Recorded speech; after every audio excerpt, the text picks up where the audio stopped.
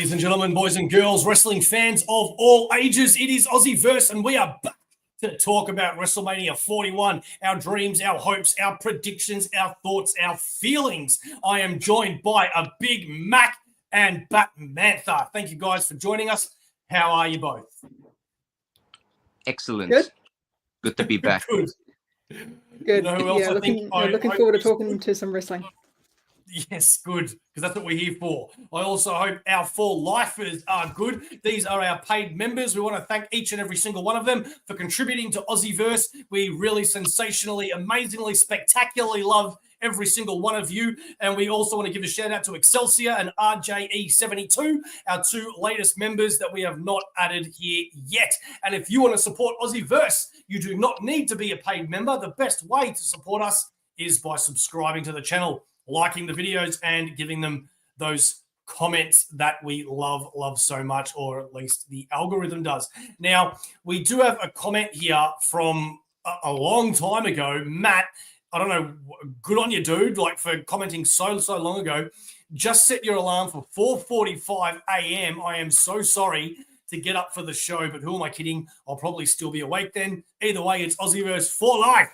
From the womb to the tomb. And yes, this is an open forum. Anybody can join. All you need to do is click the pinned comment that I put up there, and you can join us as well. Now, we were just discussing before the show, Samantha had a very good question, and that is, are we actually looking forward to tomorrow and Monday?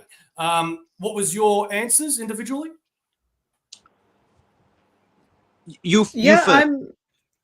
I'm looking forward to it, but yeah, like you said before, I'm definitely more looking forward to night 2. But you know, it's WrestleMania, so and you are always gonna get excited. I'm kind of just like amazed that because I'm coming in as a newbie. I only got back into it very recently, and just the sheer scale of freaking what they did last year at WrestleMania blew my freaking mind. So I kind of have to see. I'm excited for both nights, but I also just want to get immersed in it all to see how big they've made it this year again. Especially now that is this the first WrestleMania that's on Netflix? Yes. Big deal. I think it was streaming last year on Netflix as well, but that was before. It was? I think it was before the deal. Yeah, I watched it on Netflix last year. Oh. And they had like 1 or 2 matches. They had 1 or 2 matches on the Netflix broadcast. They only had like 1 camera angle, no camera cuts or anything. Oh, right. Yeah, I agree with you, Javier. Now let's talk about why we're not that excited for WrestleMania. I mean, don't get us wrong. I think when we say that, we each are excited to a degree. Yeah. But the reason why we're not as excited as WrestleMania should be is my biggest point is the WrestleMania build-up. Usually every single year, the WrestleMania build-up is incredible. It is stellar. It is something that gets us really, really pumped and excited, where this year there is a major underdeveloped undercard. Would you agree with that? Or am I full of crap? I think it's just the time between Elimination Chamber and WrestleMania has just been a few weeks too long. Okay, fair enough. Yeah, I don't think you're wrong either. I've got no reference point coming in from before, so I kind of feel like, to me, it feels okay. To me, it's kind of like I've gotten enough time to see things sort of, because you're gonna have people who are watching it every week, and I'm kind of jumping in most weeks since I started, which was literally like this year. So I don't know. I feel like the stories have had enough time to sort of build in this shorter time period, and I'm kind of all caught up to speed. So it feels anticipated enough.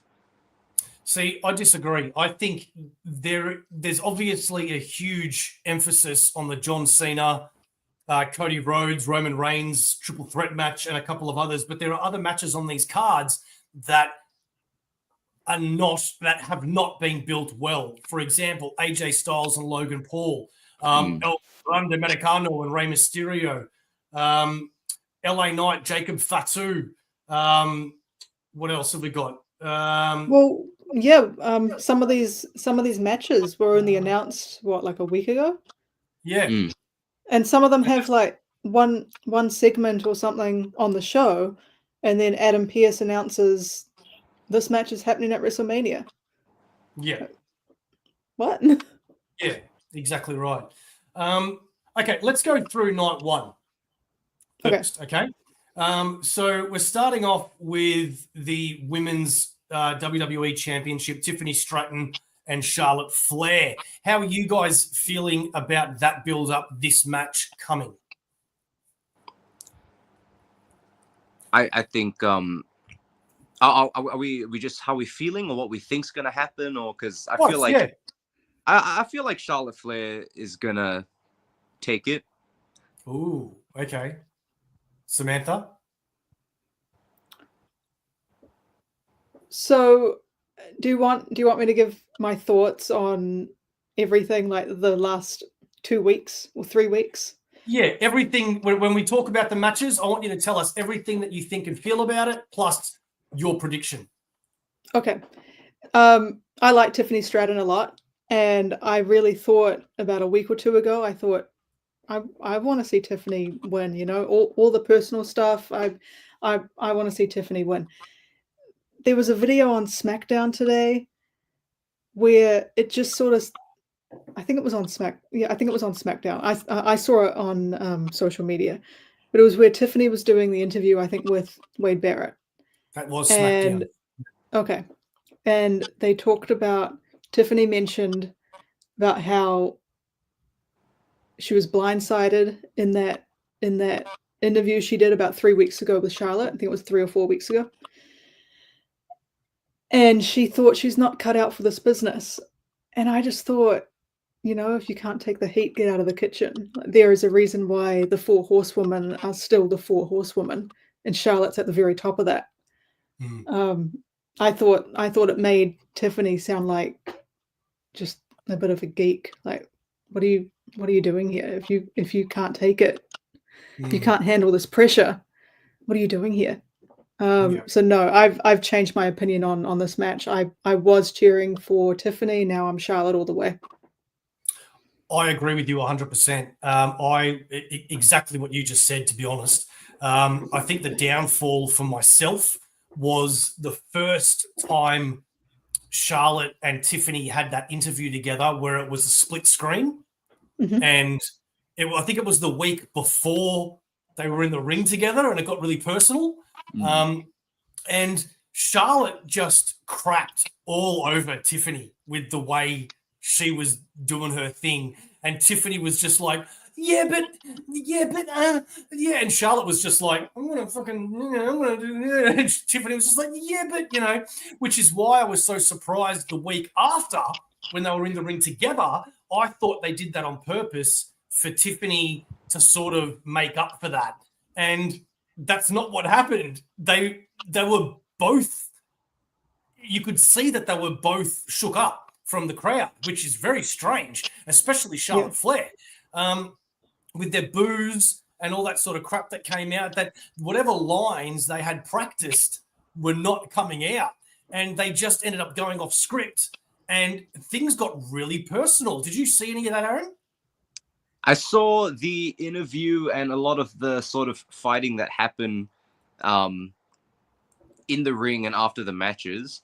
I just feel, I mean, look, with all of the different lineups for WrestleMania that are coming up, this term keeps popping into my head, which is sort of like the tradition and the innovation. So it's like the new gen and the old gen, and there seem to be a lot of these clashes.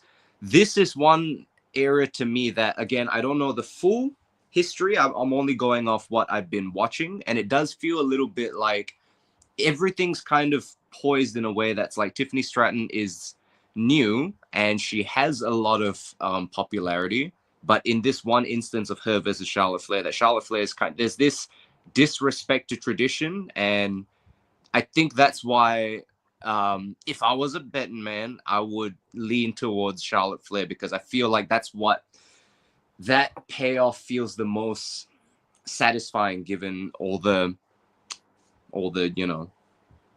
the fighting. Thank you, Sensei Argentino. I appreciate you joining.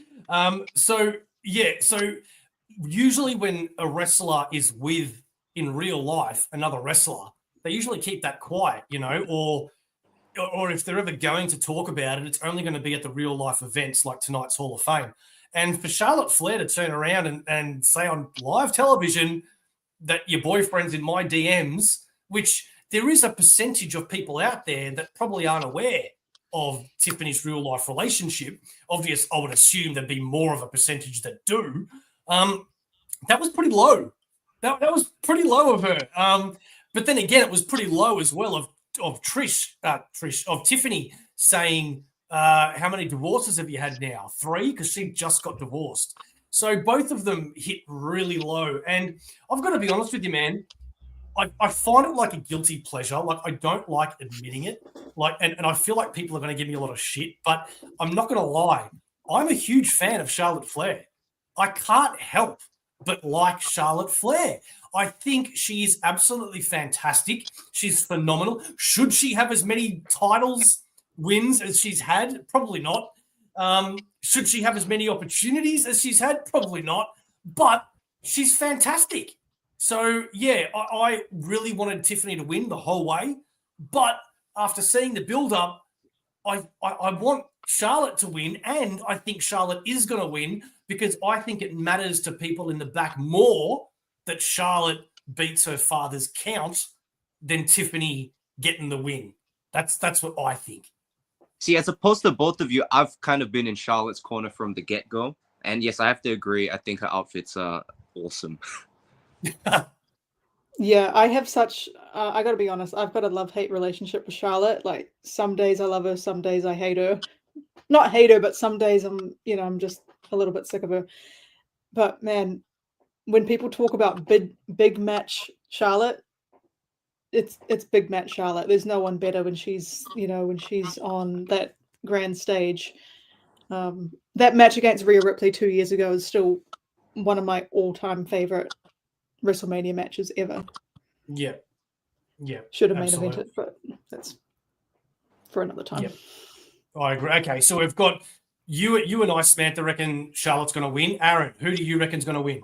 Oh, Charlotte. Yeah, that's. Oh, we all think it. Okay. I came out the gate that. Do you know how many title reigns Charlotte has now? Is it 14? 14. Okay. Yeah, I think so. So she's not very far away at all. Okay. So next one, let's talk about Jade Cargill and Naomi. What do you think about this match, Aaron? What are your feelings towards it, and who do you think's going to win? So this was a story arc that I did not expect myself to get so sucked in as I would be, because there was one moment when I can't remember which it was.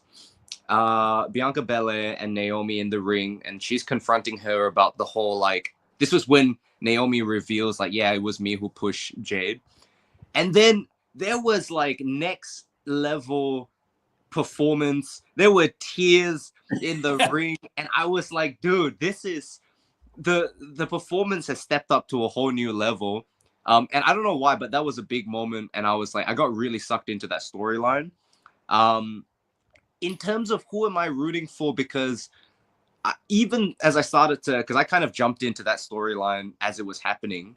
So when I finally figured out what was going on, I still don't know who to sort of back or who's going to have this one. I don't know what's the more satisfying story arc. This one I'm actually excited to watch and just kind of see how it plays out. I'm actually a question mark on this one. I don't know how it's going to go. Okay, I have some very strong feelings about this one, but Samantha, you go first. So I, a few weeks before Elimination Chamber, I really thought WWE had forgotten about this whole storyline. and then Yeah. because it's just nothing was happening. And then I was curious about Naomi, you know, a heel turn for Naomi. How's that going to look? I was kind of on the fence about it. I was like, can she do it? I don't know. I've been so impressed. That video from about 2 or 3 weeks ago. Oh my God, I thought that was brilliant. I remember thinking like this is. I remember years ago when people wanted Naomi in the bloodline. I was like, this is what we Yes. could have had this whole time. Yeah. Yes. This is the stuff that we've missed out on. I don't know. I hope the match is good. I think Jade's been working with Ricky Saints, training for this match. Really? So I think so. I think they're like best friends. I didn't know that. Yeah. I hope it's going to be a good match, but I think Jade's going to win. Okay. So, Javier, let me tell you something, brother. Okay. First of all, this is as ridiculous as this fact sounds, it is the truth.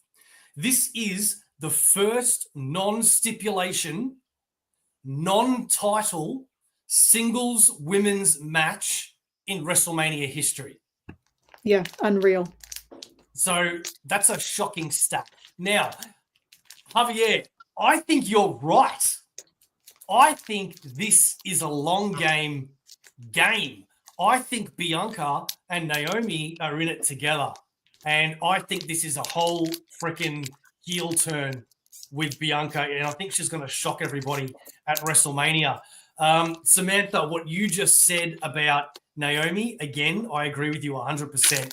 I wasn't really sure about it. But the one thing that I was sure of is that when you have somebody that's been around for a long time and they've just been the normal baby face for years and years and years, and they get stale and they get boring, what makes them exciting? You turn them into a heel. It worked with Roman Reigns. It worked magic with Becky Lynch. If Becky Lynch never turned heel, she would never have gotten to the heights that she was at now. It's worked with Liv Morgan recently. And I think it's going to work with Naomi. I think Naomi is doing absolutely brilliantly, and I wish we saw this earlier. I think, look, I'm very mixed with who I think is going to win this. On one hand, I know how much they want Jade Cargill in the back to be this next big thing. So for her to lose her first WrestleMania, it is her first, yeah? No, they had a 6-woman tag last year. Okay. Her Bianca and Naomi. For her to have her first one-on-one match at WrestleMania and lose, I find that hard to believe. But I also find it too easy to believe that Bianca does the heel turn and her and Naomi beat the crap out of Jade and the match ends that way. Whether God, I've just gone blank. Whether Naomi actually pins her and wins, I don't know. But I would put money on Bianca turning heel tomorrow night and joining forces with Naomi, because there's a few other things that WWE. Well, I think Bianca's already heel, judging by some of the crowd reactions. Well, today's crowd reaction, yeah, that was the first time I've heard her being booed. But she's been wearing a lot of black lately as well, which is a little to plant the seed in your mind. Maybe. But just to go back to Jade and Naomi, I thought it would have been interesting if they brought a bit more like realism into it. Maybe talk more about being tag champion with Bianca and how much that meant to Naomi, how much it meant to her being tag champion again, and mention that she left, she quit because of the tag titles, how much those titles mean to her. But I did not even think of that. That is a great point. That is a great point. I love the Owen Hart caution that she's been wearing though lately. You know, that homage to him. I really like that.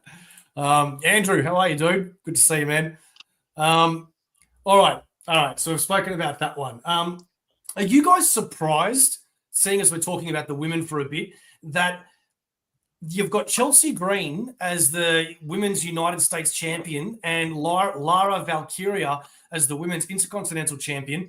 And Chelsea Green doesn't have a match on the card at all. And Lyra is in a tag team match. I got to be honest, I didn't think much about Lyra maybe not being on WrestleMania, to be honest, but I'm really surprised that Chelsea isn't on. I would have thought having brand new titles, like, don't get me wrong, I know the argument, there's only so many slots and whatnot, but to not have, in its first year of being around, not to be represented. And I think I'm jumping the gun a bit because the tag team match is on night 2, so I don't want to go into it too much. But I think Liv Morgan and Lara Valkyria being in a tag match, it doesn't sit right with me, man. I feel like Liv deserved better than that. And I feel like Lyra did as well. Does it feel a bit sort of out of the blue? I think that's kind of my impression when I it's just throw a team together. Lyra and Bailey, they've wrestled each other. Cool. Can they coexist? Classic wrestling tag team thing. Well, that was wasn't it? The kind of Lyra and Bailey thing. It's like, I didn't really feel there was much 2 weeks ago, because they wrestled 2 weeks ago on Raw, and then they were a tag team 2 weeks ago last week on SmackDown. Is that right? Yeah. And what was with thrown Bailey, together really randomly? And what was with Bailey giving her the old bit of like, I could be turning heel bit? Did you see that on SmackDown? Yeah, but I've seen a lot of things over the past few months with Bailey. Like, I thought she was going to do something with Roxanne, because wasn't Roxanne being called up to SmackDown? So apparently the rumor is that Roxanne is going to be a full Raw or SmackDown member straight after WrestleMania. Well, let's see if it happens, because I feel like those stories have been around for a year. Yeah, which means I feel like people were talking about Roxanne moving to Raw or SmackDown at last year's WrestleMania. Yeah, it was around there, because it just goes. So that means Roxanne's last match would be at Stand and Deliver, and that's a tag match, right? Yeah, which I've been meaning to ask, where is that being fit in? All day tomorrow is WrestleMania, and Stand and Delivers tomorrow, isn't it? Dude, that's on at like 6 o'clock in the morning. I just something don't get like it. That. Something crazy. How are they fitting that in? It just doesn't make any sense to me. Anyway, I digress. I would definitely get Roxanne on either Raw or SmackDown before rumored Mariah May comes over. Yeah, true. Have you been digging that Aussie girl in AEW? Is that so? I don't actually watch AEW. It's just on at really bad times for me. But I see little clips here and there. I love the puppet. I think the puppet was Mercedes' idea in the first place. But I saw something today about them teaming, and I saw Harley with the puppet, and the puppet was all up in Sasha's Mercedes' face, and yeah, good stuff. Entertaining. So much charisma. Have you seen this girl, Aaron? I have not. I completely blindsided NXT and AEW, but I'm hearing sounds of a puppet, and it's kind of bringing back that old school ridiculousness, which I think, if you can pull it off, if you can weave it back into the modern era, I think that'd be awesome. So there's this girl, Harley, I don't even know her last name, Samantha? Nope, you're asking the wrong person. Harley Davidson. There's this girl, Harley something in AEW, and she's Australian from Queensland. And not only can she, I'm guessing she can wrestle. I haven't really seen her wrestle. I've seen her acting abilities and all that. But she's a ventriloquist and a singer. And she's got a great voice. She can sing beautifully. And she's pretty good at the ventriloquism as well. And from the acts that I've seen on YouTube, Harley Cameron. Harley Cameron. Oh, thank you very much, Rothy. I hope she comes to WWE because I think she's got so much charisma. I'd love to see her. All right. Going back to it. Okay, so next up, we're going to be talking about El Grande Americano versus Rey Mysterio. Now, I don't know if you guys saw, but on SmackDown today, Rey looked like he might have gotten injured. Yeah, I think Rey's injured. I did not see that. I know I've seen a lot of people say that they wish either Rey Fenix or Dragon Lee takes his spot. To be honest, I wish they would just move this to maybe next week's SmackDown and put the TLC tag match in its place. Yeah. That TLC tag match should be on WrestleMania. Can anyone provide more insight? Because I remember there was one episode where there was the whole thing with El Grande Americano, and they were like, I think one of the commentators was saying, "Oh, I'm pretty sure it's this person." Can anyone shed some more light on is there hype around this that I'm not getting, or is that just underhyped? I don't know about the word hype, but it's the crowd loved him on Raw.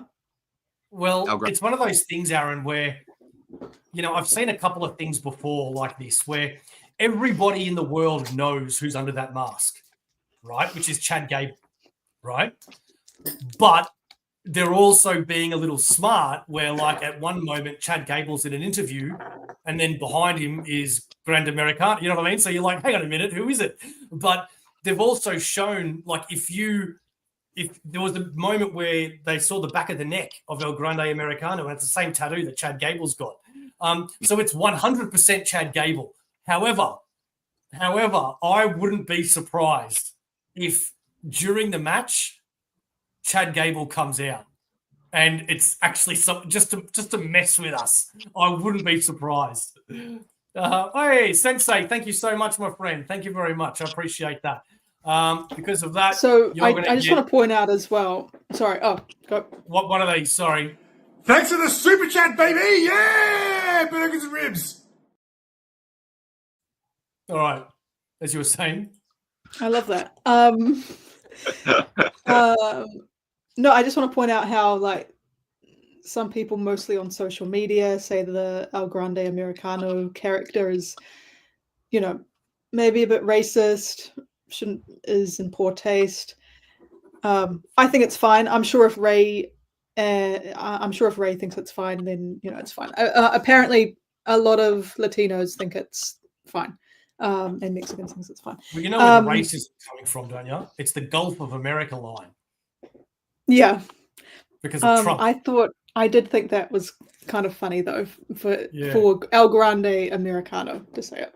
But have you seen the rumors that well, they might not be rumors. I think Pat McAfee said so.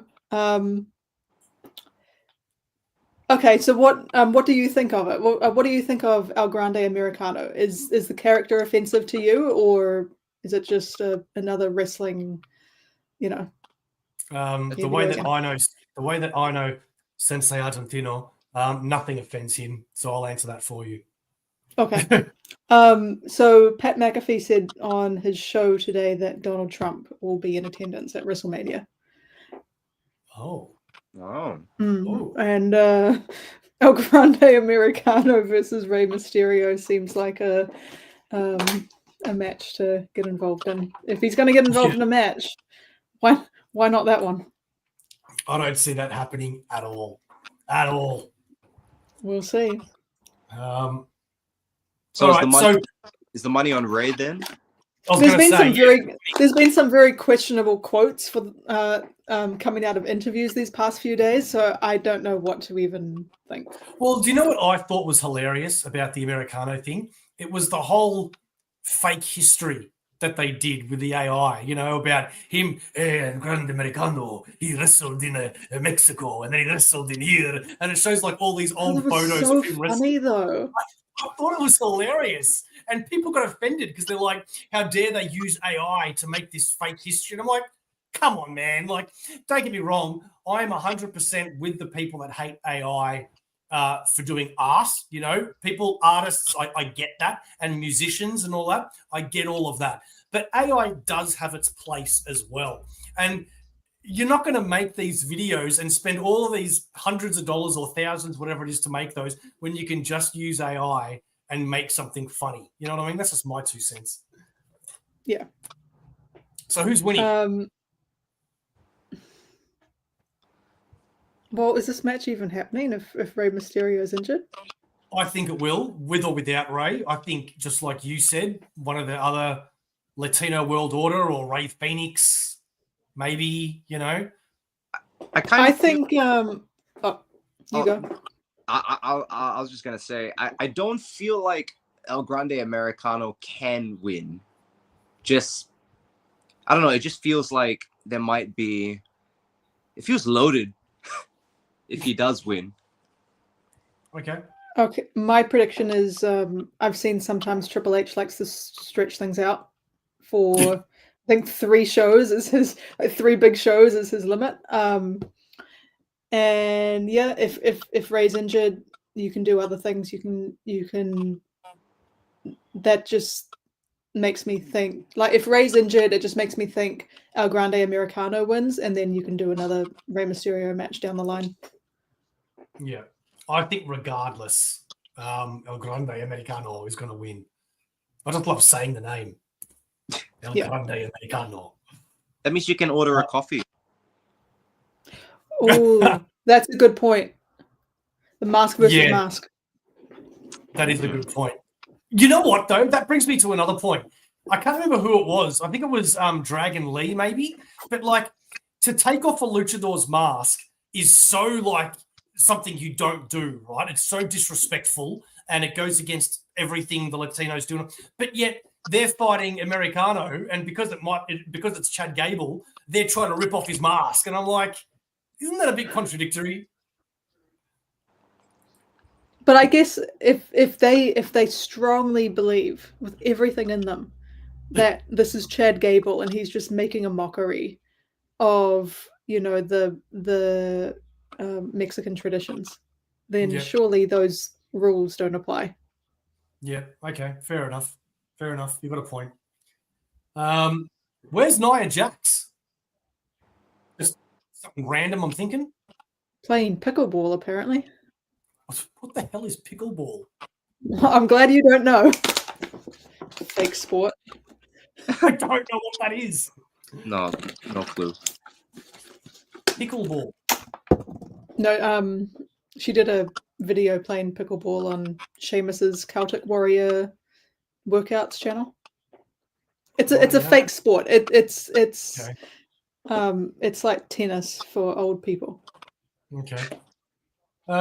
Next up, we have LA Knight versus Jacob Fatu for the United States Championship. And if you think Jacob Fatu is not winning this, there's something wrong with you. So come on, come at me. Who's winning? Jacob Fatu all the way. I don't even need to say why. I don't know why, but I don't feel like this to me was maybe because it definitely feels like there's storylines that there's a lot more attention given to. I didn't feel like this to me was as hyped. So, has Jacob Fatu won any kind of like championship yet? Nope. It feels like he's maybe overdue for one because LA Knight's kind of like everybody knows. Yeah. You know. Yeah. Jacob Fatu is just so magnetic. Like when he's on the screen, you can't take your eyes away from him. I tell you what. If he doesn't win, it's going to be because what's his cousin's name? God, I've just gone blank. Leader of the Bloodline. Solo. It'll be because Solo interferes to try to help him, and he stuffs it up somehow. And that's going to separate that wedge between Fatu and him even further, which we know is happening. So that's a possibility too. Was that teased on SmackDown today? It's been teased for not today, no, but it's been teased a little bit over the last month or so. You know, he's gone from "I love you Solo" to "get out of my way." Yeah. The No, I was just asking because. Oh, sorry, Oh. you go. No, I just felt like I would want him to win Fatu, but then once you brought that up, Bo, I go, oh man, but that's a really good moving forward kind of move to have him lose because of Solo. Yeah. I was just asking about Solo because is there like could they do something else with Solo at WrestleMania, like a potential open challenge? Because Well, you they know what they I did would that love thing to last see? week with Randy, right? They teased something with Randy, and I don't think it's going to be Solo No, neither do I. answering that We'll open get challenge. we'll get to that in a moment. But do you know what I would love to see? I would love to see Fatu just win, right? Just normal win. And then Solo comes into the ring, raises his arm up, and he's like, yeah, the werewolf of blood, you know. And then Jacob just smashes him, you know. So no interference, no nothing. Just Jacob just turns on him. And it's just like, I've got a belt now. I don't need you. I don't love you, Solo. That's what I'd love to see. I just feel like it'd be more emotionally charged if he did get interrupted. But yes, Yeah. I think a majority of people would like to see him win. Like, it's God, like I said, I just hope it doesn't lead to like a Solo interference and that causes Jacob to lose. Well, that's what my point was. Yeah. Yeah, I don't want to see that at all. I feel really sorry for LA Knight though. Like, talk about missing the gun with that guy, man. Like, he was so hot a year or two ago, and now he's just like a mid-card jobber, and it's like, man, the poor guy, you know. but does he I not don't know. crowd? Yeah. All right. Yeah. The weakest match on both nights is next, and that is the the World Tag Team Champions, the War Raiders versus New Day. Does anybody care about this match? No, I want to see the TLC tag match. Put the TLC tag match on. Street Profits is not in that one, or they've got another one? They're in No, the Street TLC Profits tag are match not on on. SmackDown next week. Oh, okay. Then I really don't care about the one that the tag team match you just mentioned, because I'm like, put freaking who are their names?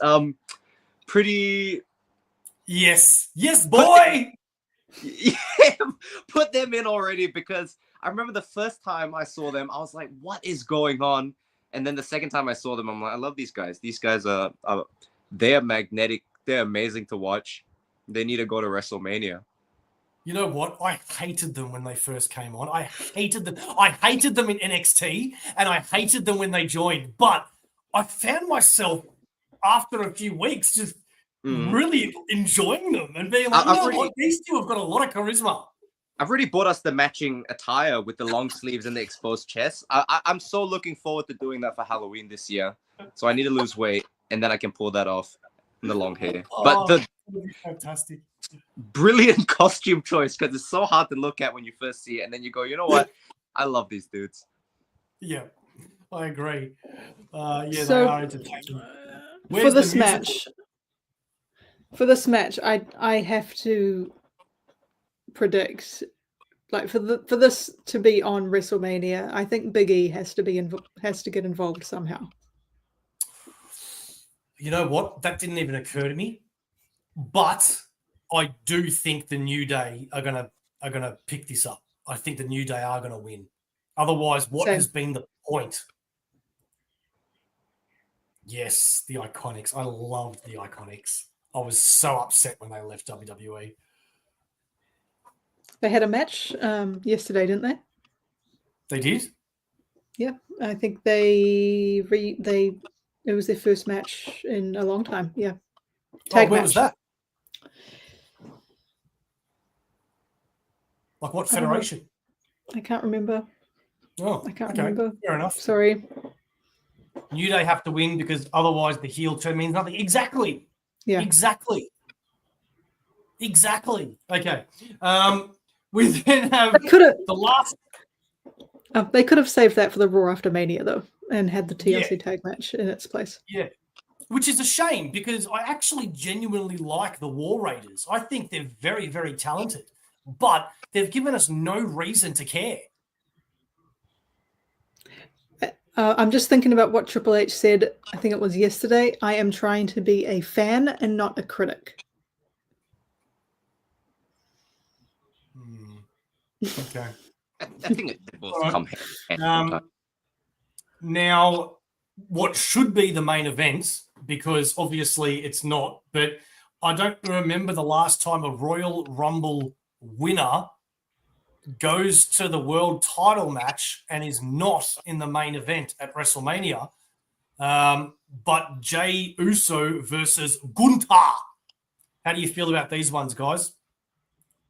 I love Jay. What's not to love? My opinion's going to be very different.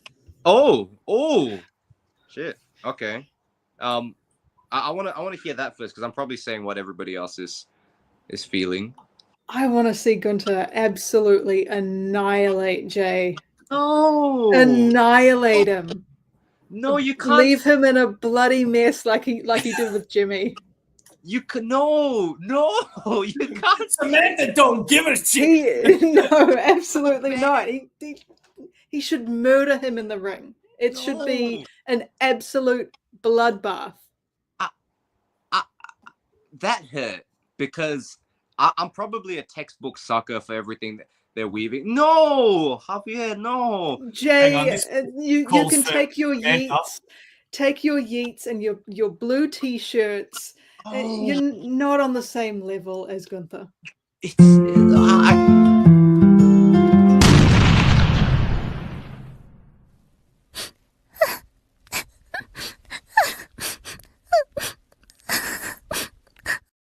You made OmniDog cry. That's my heart right now. That hurt. That yeah, like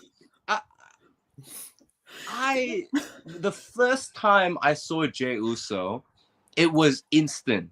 I was like, the command he has over the crowd, I'm like, this guy has got to get this. Gunther is so textbook. Gunther is freaking Ivan Drago in Rocky 4. It's like formulaic to a T how unlikable he is. I can't. I'm like, this guy. It's that he's got to go. He's got to go. That hurts. He's a killer. He's a killer. Well, Yeah. so was Ivan Drago, and we know how that movie went in Rocky 4. You know, Rocky rose up, the people's champion. That's a movie. Wrestling's real. Samantha, that is, oh my god, somebody clip that, please. 43 minutes. I am writing that down. That was fantastic, Samantha. That's a That movie. was fantastic. Okay, well, I have very, very mixed thoughts about this because I'm a huge fan of Gunther. I love saying his name, Gunther. And I think his world title reign has been very underwhelming, and that's not his fault at all. That's got to do with the writing and whatnot. I don't think he's had any real challenges. And yeah, it's just been underwhelming. Jay winning the Royal Rumble was a shock. So I loved it because if you remember when we did the Royal Rumble show, I said that somebody that nobody expects to win should win one year because it never happens, right? And that's exactly what they did. So I was all for it, and it was great.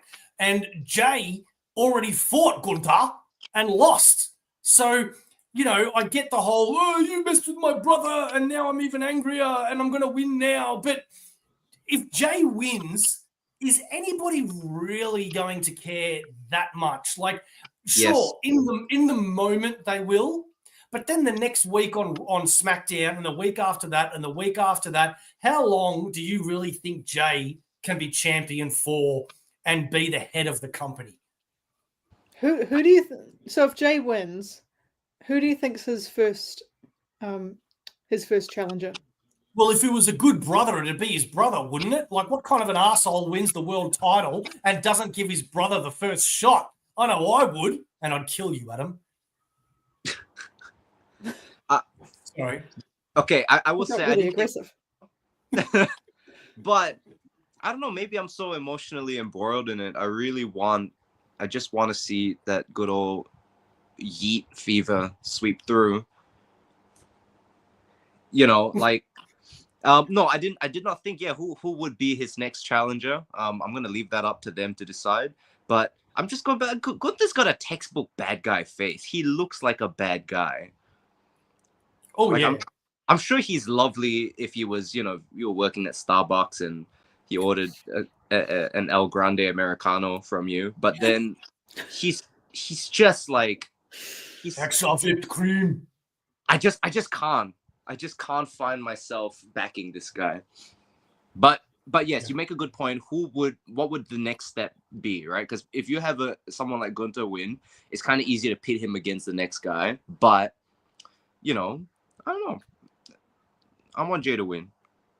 You want Jay to win? I just think if Jay wins, you know, he'll probably will he have a rematch with Gunther? I don't know.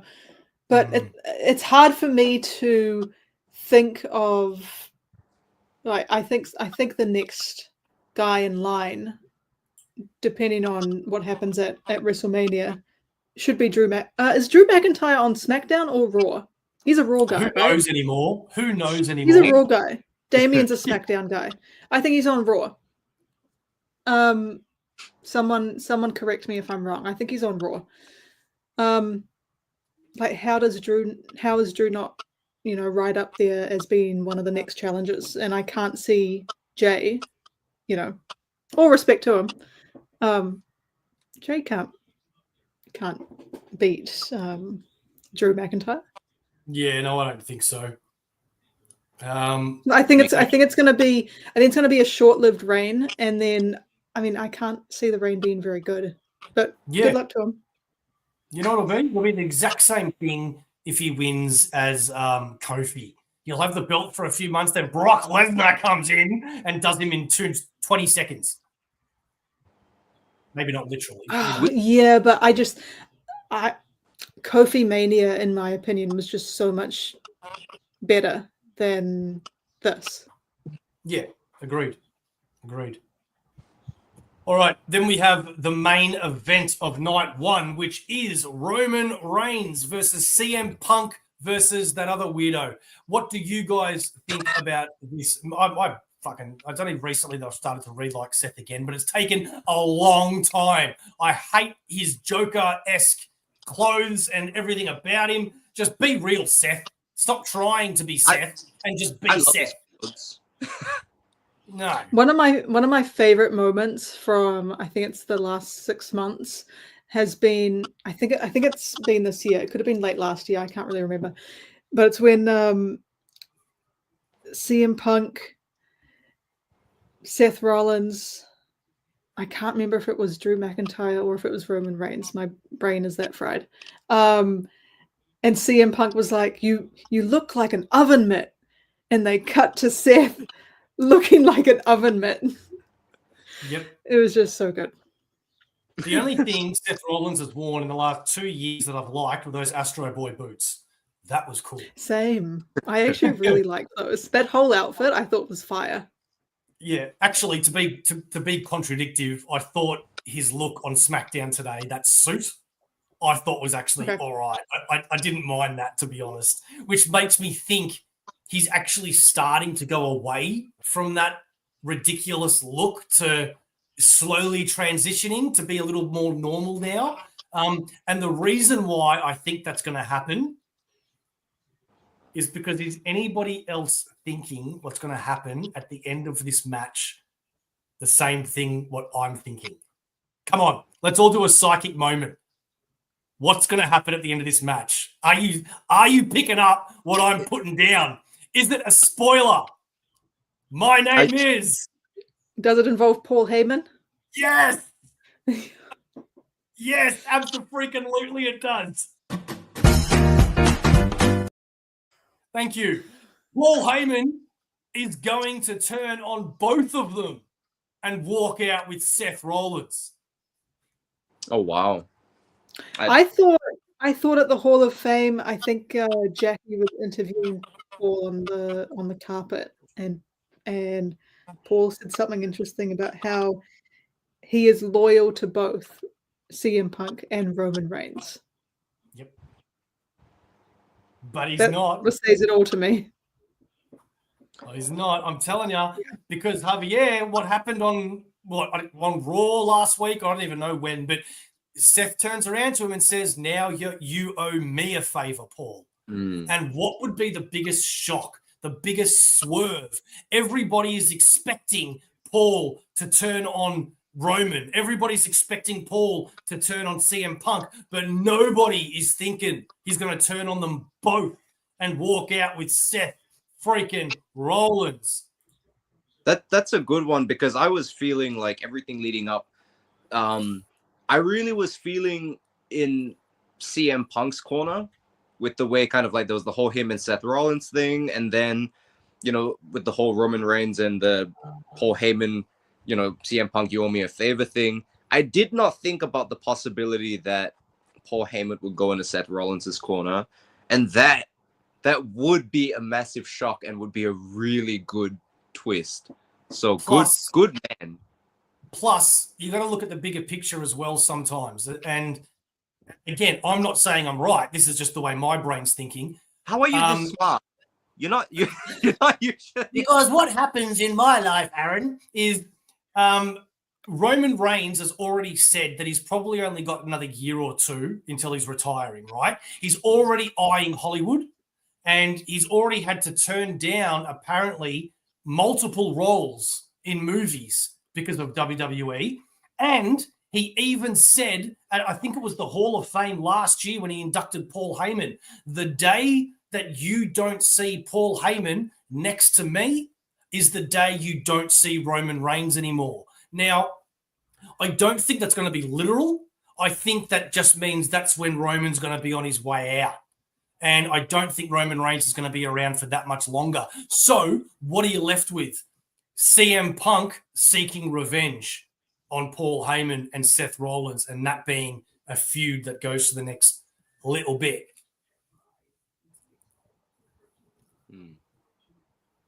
So, yes, I think Seth is going to win. And if Seth doesn't win, it's definitely going to be CM Punk. There is no way Roman's winning. Yeah, I don't think Roman wins, nor do I think he should win. Yeah. It does feel like a shifting of the times from him. And I just feel like there's a lot of there's this one episode where CM Punk's going on about how something about he hasn't been at a WrestleMania in like years and how much he wants it. And I think that's why emotionally I was like, yeah, man, I think CM Punk's kind of, my heart was drifting towards him. But as soon as you said the Paul Heyman and Seth Rollins' corner thing, I was like, oh, that would hurt so good. Yep, that's right. All right, we've got any other thoughts for night one before we go into night two? I don't know what else is on night one. That's all. That's it. We've talked about every match. Okay, then before we go into night two, here is a word from our sponsor, Comic Bookaroo. Yeah. Comic Bookaroo, proud sponsors of Aussieverse for all your comic book needs. Graphic novels, hardcovers, omnibuses, single issues. Don't forget to pre-order every Sunday at Comic Bookaroo.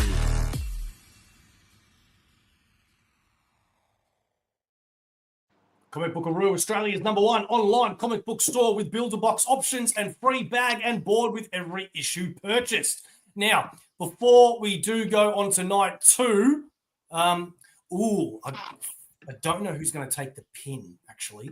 I don't know, but I hope it's Roman.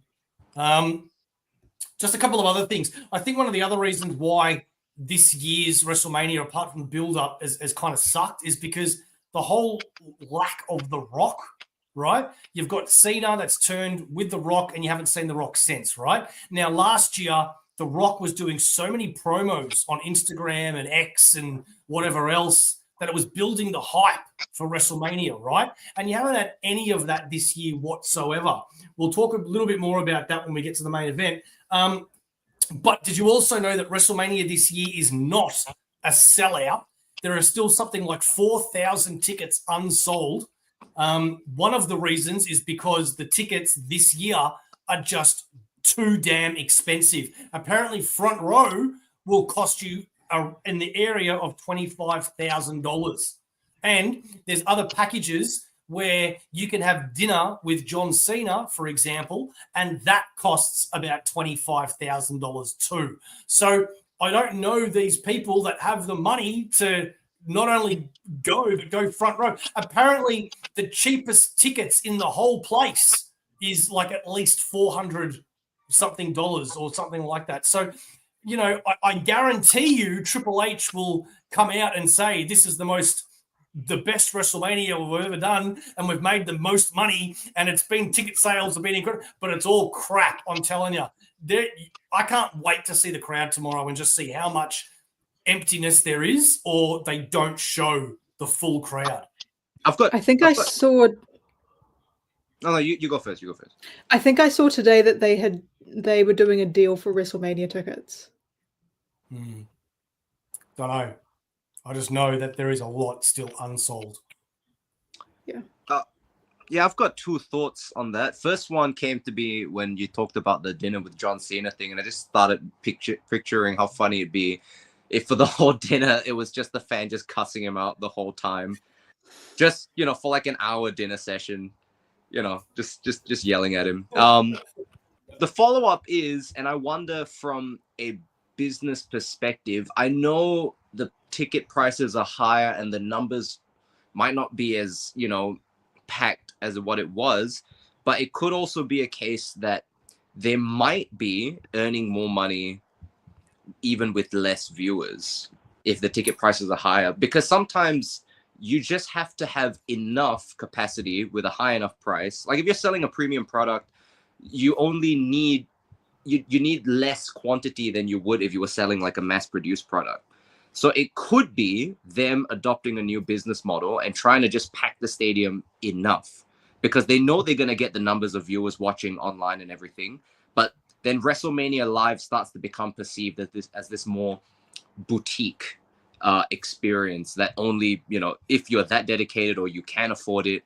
So who knows? That could be what's going on behind the scenes. That's my 2 cents of why, they might risk higher prices for lower audience count. Did you see the announcement of the set that was on the YouTube? I did not.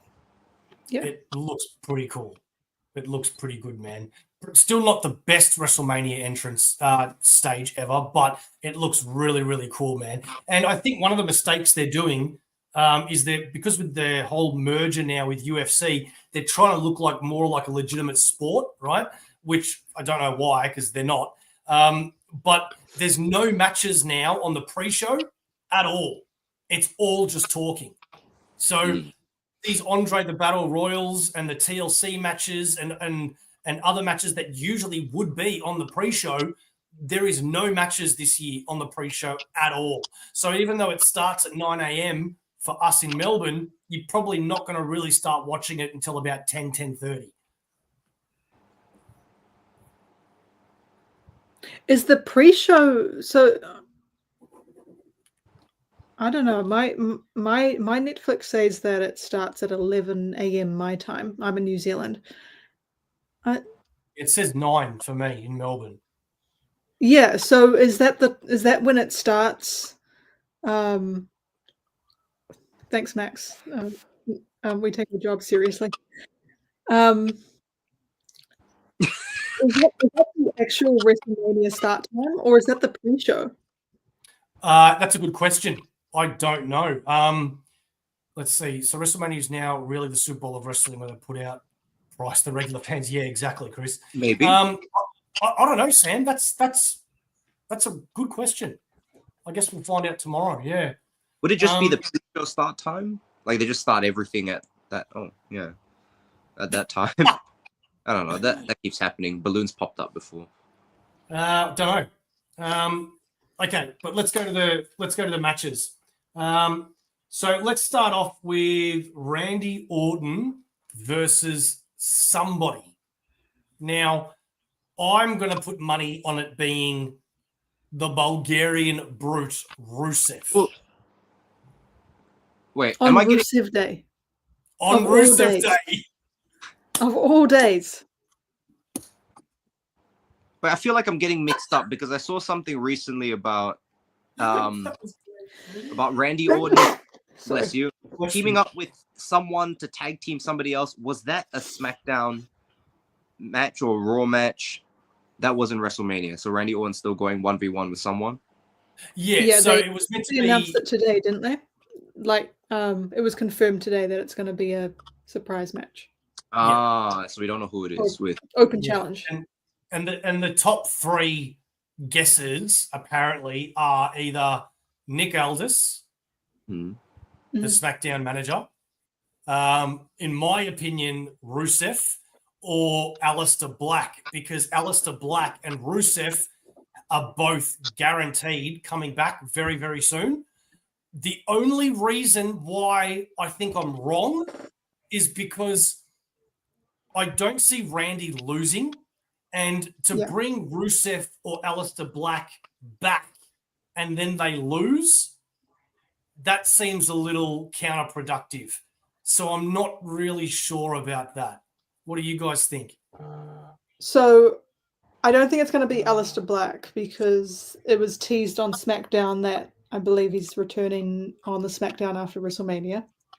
Yeah, that is true, actually. They had the date on the screen.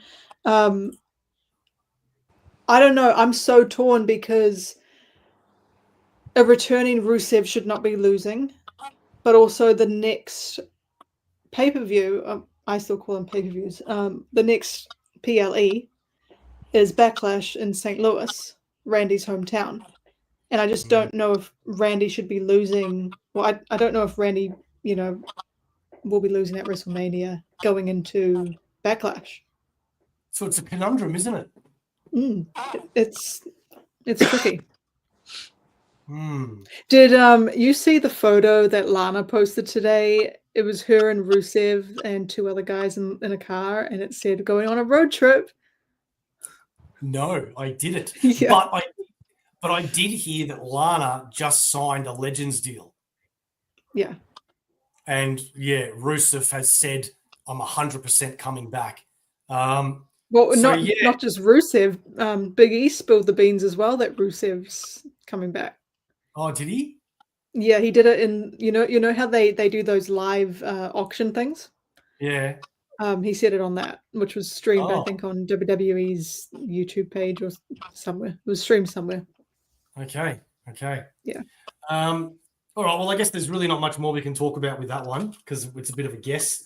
I'm lost with that.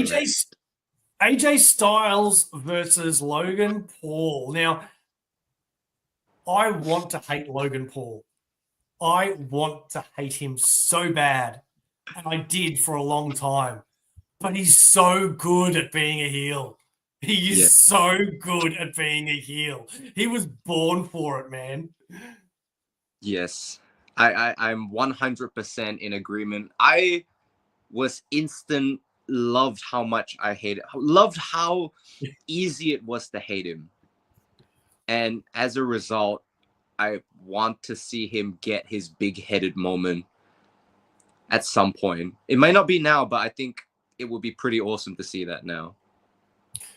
At the Hall of Fame, red carpet, I don't know if you guys saw it, but Logan Paul comes down and Byron Saxton interviews him.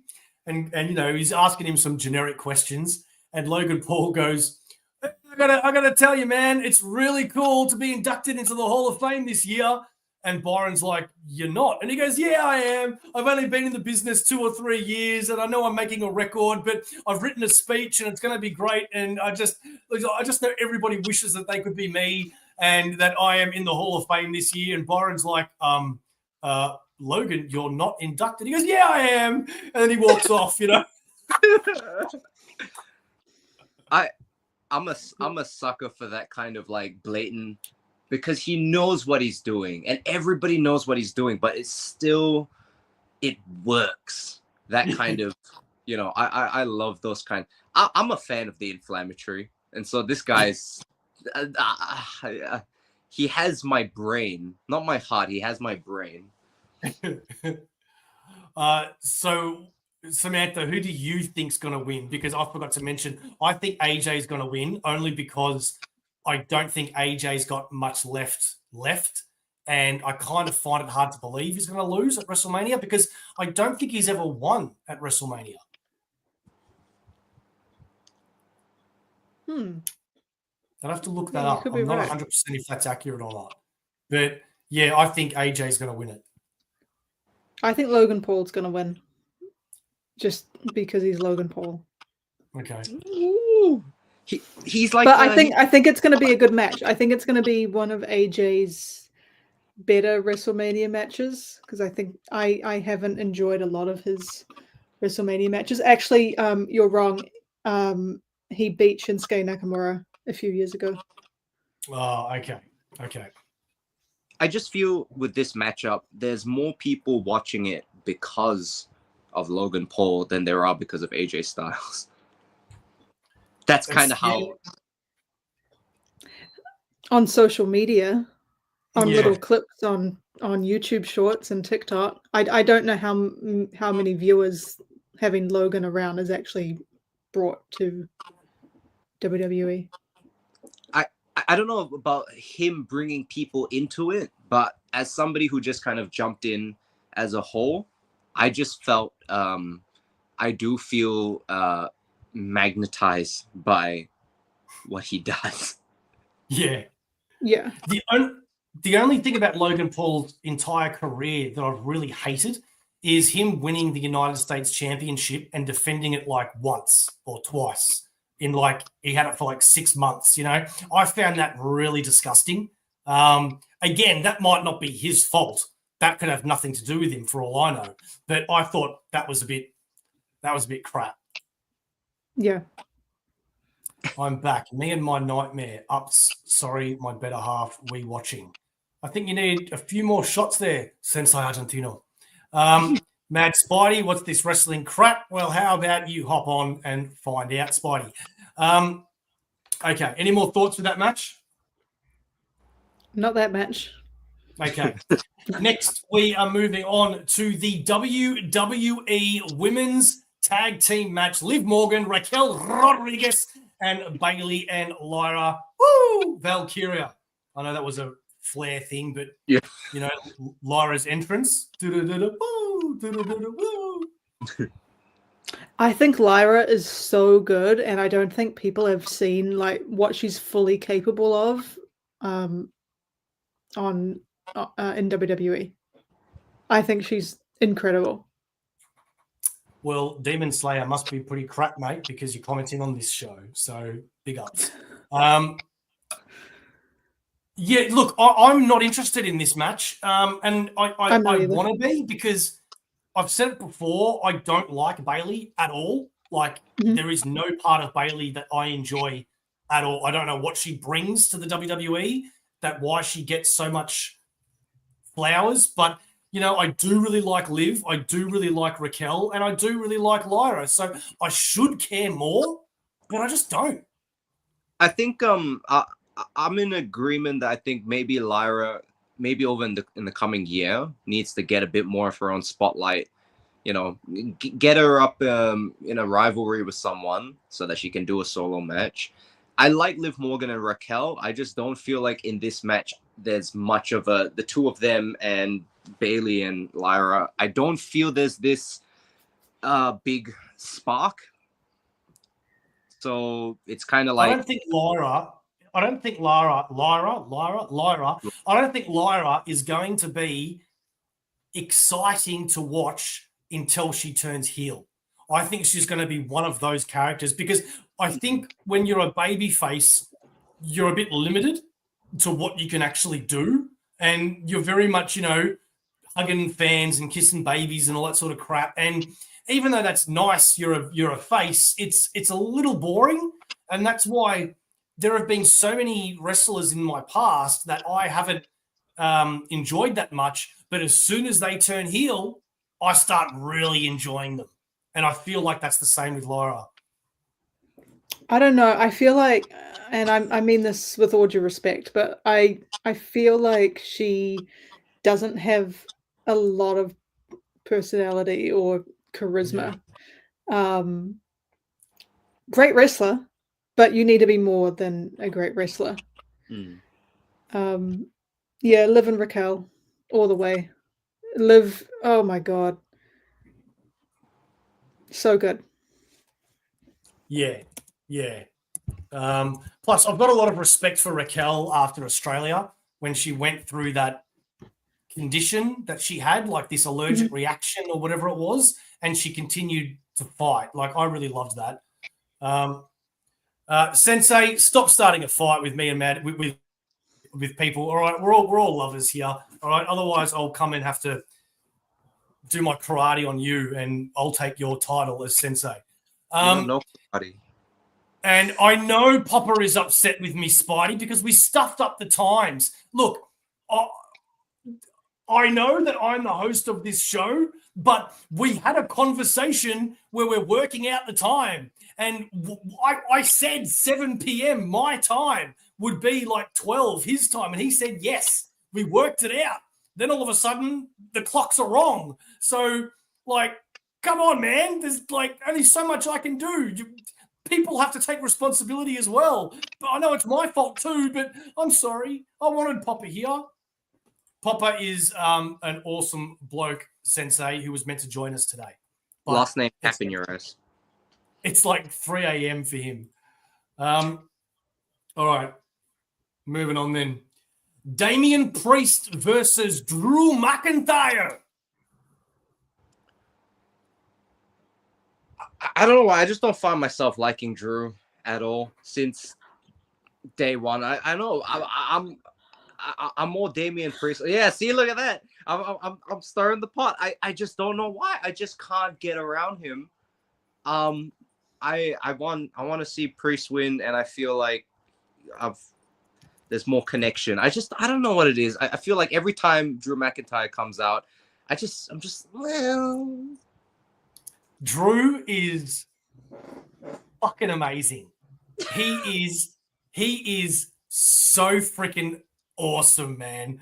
The WWE would not be the same today without Drew. That's my opinion. So in my ideal WrestleMania, I'm going to go off topic, I guess, a little bit. Maybe not, but my ideal WrestleMania would have been if those matches with CM Punk and Seth Rollins never happened earlier this year. Those were on WrestleMania instead. And it was Drew McIntyre wrestling Roman Reigns, finally getting his revenge on Roman Reigns for Clash at the Castle all those years ago and winning. That would have been my ideal WrestleMania. Drew finally beating Roman at WrestleMania. Yeah, I agree. I think this match has the potential to be like this could steal the show because it's what is it? A Sin City, like a street fight or something, right? Yeah, I can't remember what it's called. Sin City Street Fight. I think it could be a lot of fun. It could be something similar, not similar, but the same sort of stuff as Drew and Punk last year, which was a lot of fun. Drew all the way. Drew all the way, and then go for that world title. See, I don't know about that. No love for Damian Priest. No. I like Rise! That guy's voice, it just makes me quiver. I'm sorry, but he has the best voice I have ever heard in my entire life. DC need to hire him and do like animated work with his voice. Yeah, I'm surprised he's not doing animated voice work. Oh, Rise! God damn it. God. I think Damian Priest needs more of a push than Drew, which is why I hope Damian gets it, because I think if Drew loses, he doesn't actually lose anything. Where I think if Damian does, he kind of does. Does that make sense? Yeah, it does. But yes, I think it could steal the show. I'll be very. I think they need to be very careful with Drew's head, like literally, because that's the staples that he got with CM Punk. Apparently, they started bleeding again the other day. So I just think they need to be a little careful with his head, literally. So I'll be watching that. No chair shots to the heads or anything like that. You know what I mean? All right. Now, we've only got a couple more matches left. We've got 3 more to go. We have the Intercontinental Championship. We have the dog-faced son, Bron Breakker, versus Penta, versus Finn Balor, versus Dominic Mysterio. How do you guys feel about this one? I'm going to take a quick opportunity because out of the upcoming matches, this is probably the one I least want to discuss because I have less of an opinion. I need to feed my cat, so I'm going to duck out and let you guys hash this out, and I'll be back in a hot second. Okay. That's fine, because this is actually the match that I'm probably looking forward to the most. I can't wait for this. And I feel like any 4 of these, well, I love Penta. I love Penta. And I love Dom. I love Dom. I love Dom. I do. And I think this is going to be really good because Bron is just incredible as well. What an athlete. Yeah, see? I feel like any one of these guys could win and it would be the right choice. But my pick to win is Dom. I think Dom's going to win. And I think Dom could win. Oh, there's got to be something with Finn, right? He's going to turn on Finn, or he pins Finn. I don't know. See, he screws Finn out of winning. Finn goes for the coup de grace. Dom tosses him out. Dom gets the win. See, I have not thought about Dom actually winning until you've started speaking, right? It didn't even occur to me that Dom could actually win, right? But after hearing what you said, they have been teasing this whole Finn. There's a lot of tension there. Yeah, they've been teasing that for a while, and I'm now starting to think, why else would they put both of them in the match, right? To be honest with you, I thought it was going to be Penta all the way. I don't think Bron is going to win, and I don't think he should, because I think Bron needs to be in the world title picture, and I think this is a way for him to lose without being pinned and to go on to the next stage. So you know what? I hope you're right. I hope Dom does win as well. I got to admit. Yeah, and I think either Penta or Finn will take the pin. I think something will happen between Finn and Dom. Either Finn hits his finisher and looks like he's, Finn's going to win, and then Dom tosses him out of the ring and pins someone instead. I'm guessing it's going to be Penta, or he pins Finn. Okay. I don't like Dom. I want Penta to win. I will always love Dom because when you've been watching wrestling as long as I have, which I think you as well, maybe Samantha, that I kind of feel like he's my own little boy because I've seen him since he's been a little boy, Yeah. And to watch, Eddie Guerrero, God rest his soul, my favorite of all time, versus Rey Mysterio for the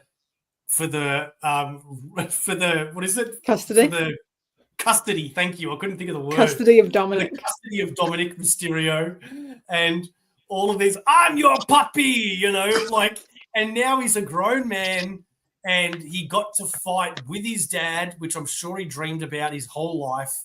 And then he turned heel, which was a big risk, and it worked, and he's been running with it ever since. Plus, whenever you see Dom outside of his character, he's such a sweetheart. He really is. He's such a sweet guy, I really hope Dom succeeds in his wrestling career. I really, really do. I think he will. I think he will. I think he'll be world champion for sure. So wait, Believe it or question not, I do. on what is the census that you guys reckon Dom, or you want Dom to win? I think Dom's winning.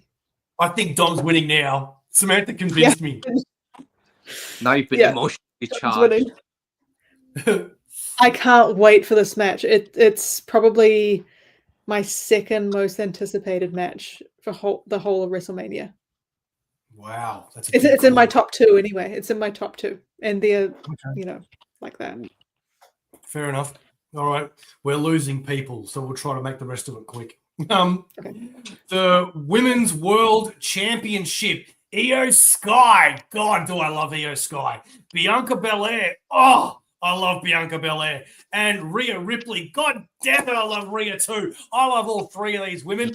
I don't know what to think about this one. All I know is that I think making Rhea lose the belt before WrestleMania was just bullshit. I don't see why they needed to do that.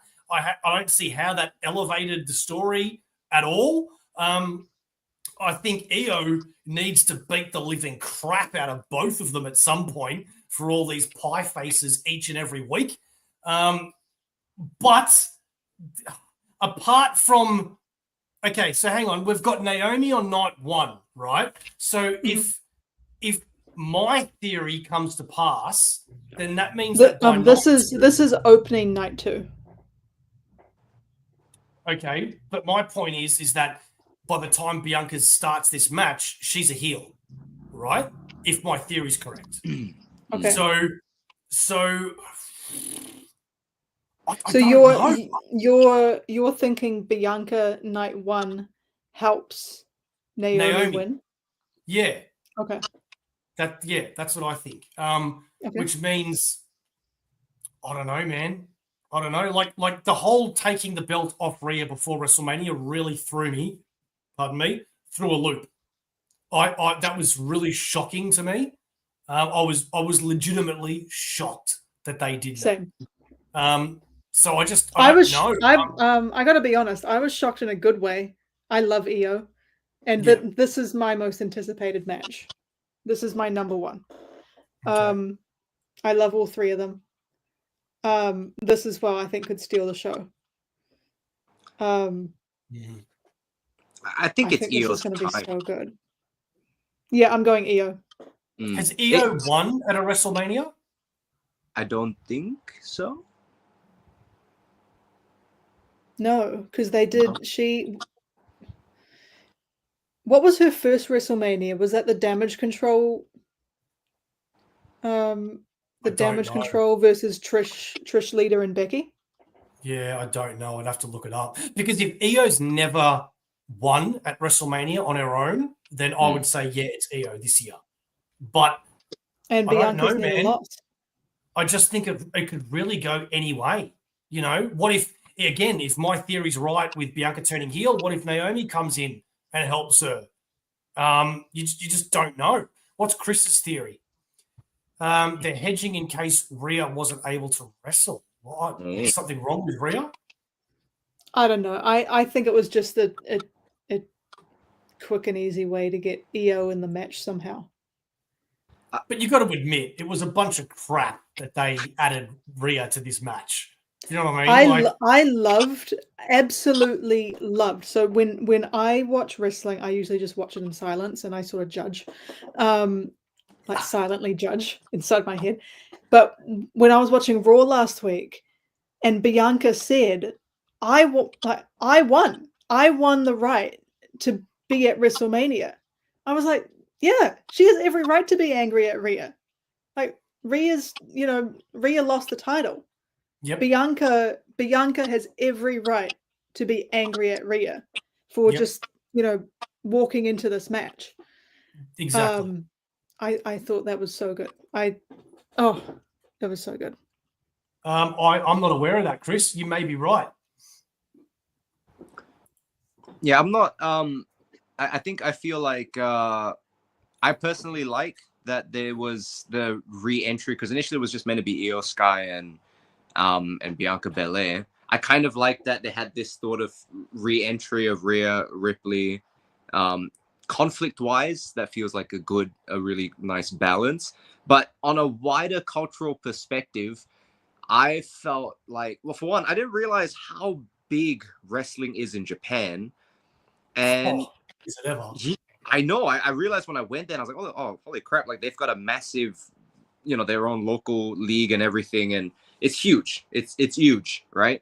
I actually thought, especially when I first started seeing Io Sky, I was like, she seems like exactly the right sort of character type. If she wins and then carries forward the championship, for like the whole year or most parts of the year, it seems like a smart overall like cultural move. So I think that's also why, and also like Io Sky as a person, I find her very enjoyable to watch. Like, so I'm all for. I think that's the way it's gonna go. Okay. There's such a big difference between the Raw women's division and the SmackDown women's division. I stopped paying attention to the difference. To me, Raw and SmackDown, they just keep crossing, and I've got to admit, I'm with Aaron. Yeah, I'm so okay. I pay attention to it. Yeah, no, I actually envy the fact that you can say a statement like that, because I have no idea who's on Raw or who's on SmackDown anymore. Obviously, with the biggest names, yeah, like Roman, SmackDown, whatever. But there are so many characters that I'm like, well, they're on every week anyway.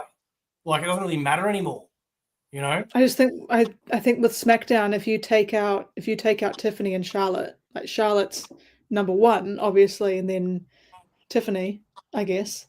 I think the next biggest woman on SmackDown would be Nia Jax. But see, Nia's so on. I just feel like there's quite a big gap between Raw and SmackDown, and then Becky most likely coming back to Raw, and yeah. Well, then I will throw this out. That I'm not saying it's anything to do with this match, but there has been a lot of chatter, if you will, about Alexa Bliss and the Wyatt Six returning at WrestleMania. If that is true, where does this fit in to any night or any plans or storylines?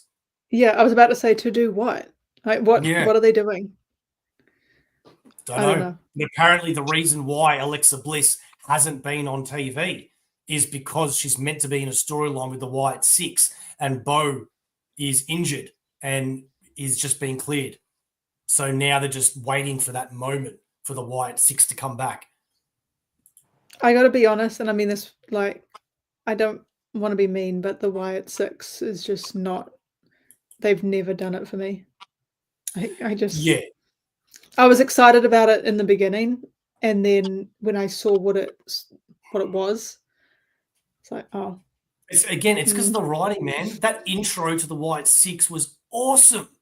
When they beat up everybody in the back and all that. That was phenomenal. That was so good. Yeah. And then they just dropped the ball with them bad. Bad. But I still have faith that they'll steer that ship in the right direction. So I want to just sorry, I want to just bring up Chris's comment about how they just wish they'd let Io go. You mean like just let Io let loose, right? And be Io, like be the wrestler that we know she can be. Did you guys see Natalya at Bloodsport yesterday? Bloodsport? Yes. What's that? It's Josh Barnett's. It's like a. Oh, she had a match, didn't she? Yeah. Yeah. No, sorry. And she came out. She came out to Killing in the Name of with her theme sort of mixed in. And you got to send me that. She was like the killer. Like, really, she was brutal. And it just shows that Natty still has she wrestled as Natty Neidhart. Well, she competed as Natty Neidhart, and she's still got so much left in the tank. And yet, you go on social media and you see everyone saying, "Oh, Natalya's washed. Can't wrestle anymore." She still has so much left to give. Why is that Natalia not on TV? See, Why is she teaming with Maxine Dupree in a random SmackDown match? Well, why is Maxine 2 Dupree weeks ago. wrestling at all? That's one question. Like, I'm sure she's a great person, and she's got a lot of charisma, but there's no skill there, is there? And Natalie, I don't know, man. Like, every time I see Natalie, she's got another bit added to her fakeness and plastic stuff that it's just, I don't know. I stopped caring about Natty after a while. Well, you've got to see her at Bloodsport. I think Natty, I wish she didn't re-sign with WWE. I do wish she went to AEW. Hey guys, I want to watch this, but we haven't really given any SmackDown spoilers, Logan. Don't worry. I think we're pretty much at the end of the show anyway. So, but I don't think there's been any SmackDown spoilers anyway. Yeah. She looks so scary in a good way. Okay, well, so I'm gonna have to write this down. What is it? Bloodsport, is it? Yeah. Okay. She was fantastic. I'll send you right after this. I'll send you her entrance. Yeah. Her coming out to Killing in the Name of. Oof. Yeah, I want to see that. Chef's kiss. Yeah, okay. Because I have always known how talented she is. It's just that I just found it a real shame because the Natty that I knew, was she seemed like a girl that didn't really care about trying to be a hot girl. And, the girl that I saw on the Total Divas show and all that, which shows a lot of their real selves, she seemed like a really wholesome girl to me. And over the last few years, I'm judging this on a very shallow basis. I'm aware of that. But the more work she gets done to her, the less I just care because I'm just like, what are you doing to yourself, man? Like, I know everybody's got work done and all of that. Don't get me wrong, but I don't know, man. I just wish she didn't need to feel like she had to do that. Javier said, imagine if she goes on a Japan excursion. Imagine her in the Owen Hart tournament. Yeah. Alan, I don't watch wrestling, but it being on Netflix gives me the opportunity to. Well, there you go, Alan. That's how I got into it. Yep. All right. Now we're up to the very last match, the one that everybody is waiting for. That is Cody Rhodes versus John Cena. Oh, Samantha. Wow. Okay. Wow.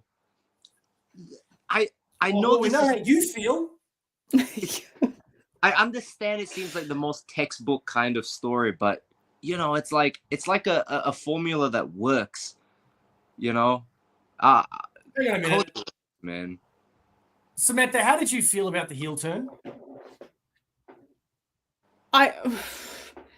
Did The Rock need to be involved? I feel like this whole John Cena's heel turn could have been done without The Rock. Because I don't think The Rock added anything, like looking back now. And I feel like this build, when John Cena's been on Raw, it's been good. But he's been on Raw, twice? He was at SmackDown today, obviously. But 3 appearances? They couldn't have even had him film some stuff when he was at Raw to show on next week's Raw. Yeah, I don't know. I feel like his, like, I know he's had a movie to film, but I feel like his absence hasn't helped. If I do think John Cena's going to win, I don't know what sort of match they're going to have. I hope it's not going to be similar. You like think another. Yeah, I do. I think. Okay.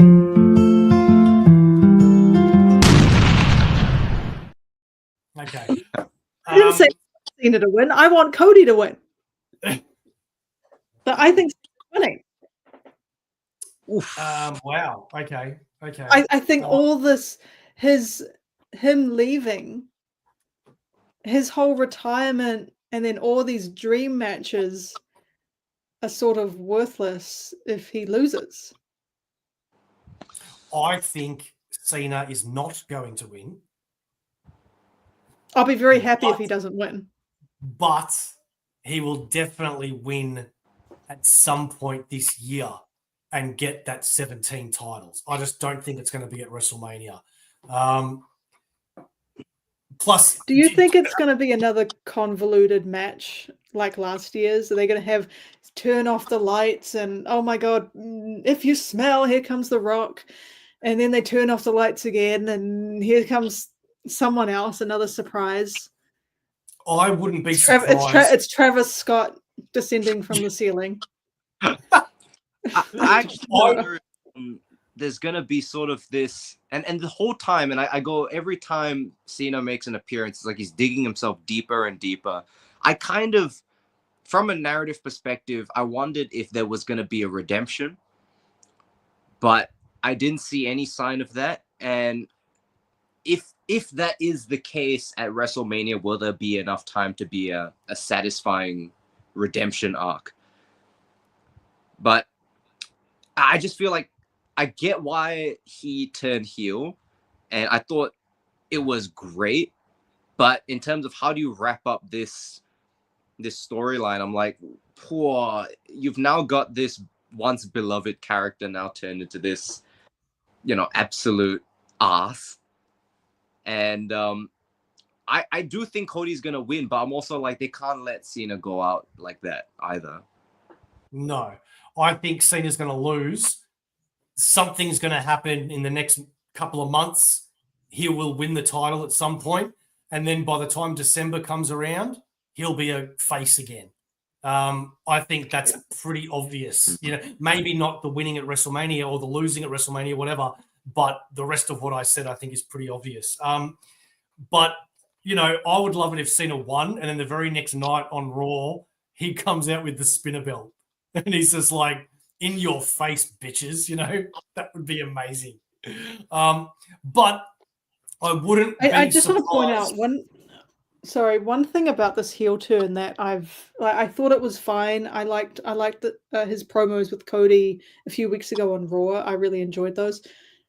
But now it's just when I was watching SmackDown today, and then everything Cena was saying was just you people. It was just another you people promo. These are your people, you people, the fans. I'm like, I don't know. I found it a bit cringe. It's like, it's all stuff that's sort of been said before. Together, taking private jets, drinking champagne, living the high life, and saying to Cody that this could have been his, and we don't even know why John Cena joined The Rock. Yeah, see, now, I wouldn't be surprised if there was actually a third person that joins Cena and The Rock. I wouldn't be surprised if somebody else joins him at WrestleMania.